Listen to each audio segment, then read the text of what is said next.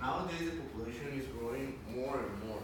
The government need to build houses, buildings, and increase the number of the services. However, the government needs to know that all of these situations can affect the city in the future. Good morning, teacher and classmates. My name is Sergio Burgos, and my partner's name is Luis Jimenez, and today we're going to talk about suburbanization in Madrid, Spain.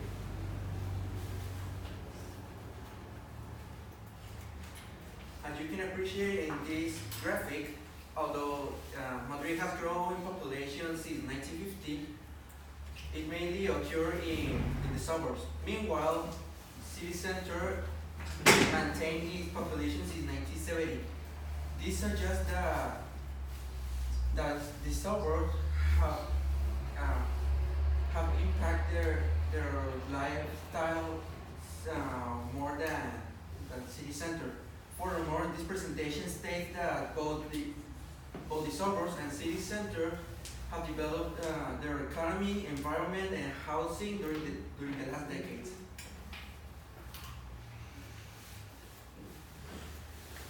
Teacher, do you know that Spain has one of the best economies in the world? Do you like Spain? I love it. Okay.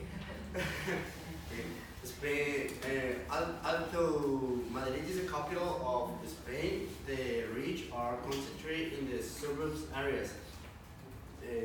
Last years, the work opportunities attract a lot of people to come to Spain and work. For example, the teacher said that she loves Spain, and the tourists affect the economy of this city.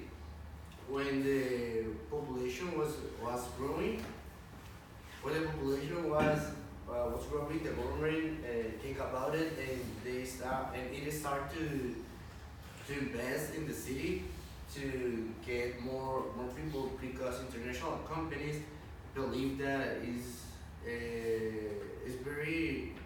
a good opportunity to have more profits, despite of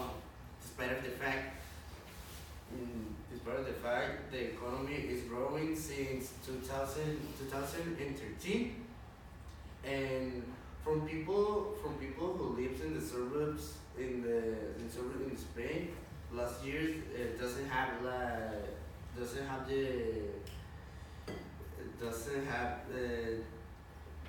the opportunity to have services, and there was insufficient and deficit from this city. Environmentally speaking, both the suburbs and city center have applied movements and policy for a more sustainable society.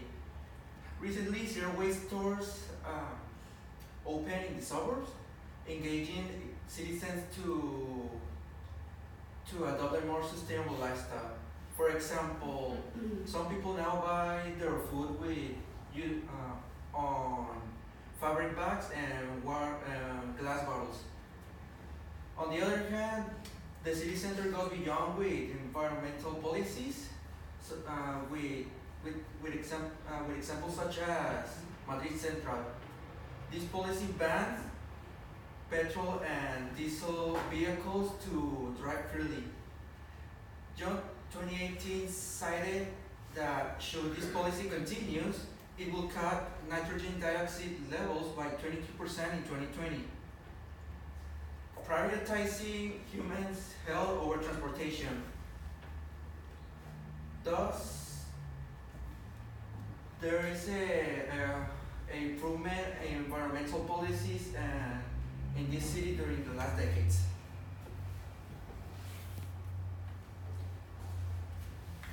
Madrid indeed has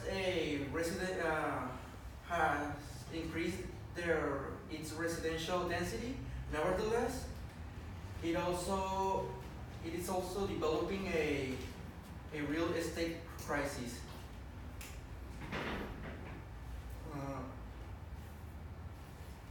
The new site Cinco Dias 2018 presented a ranking of the most expensive districts in the city to buy a house. As you can appreciate in the left image, the first place belongs to the city center, while the next position belongs to the north. Hence, should a person wishes to migrate to Madrid, it will less cost it will cost less to reside in the south. Then, residential density, as we mentioned before, have rise during the last decades. John 2018 cited that the dominating house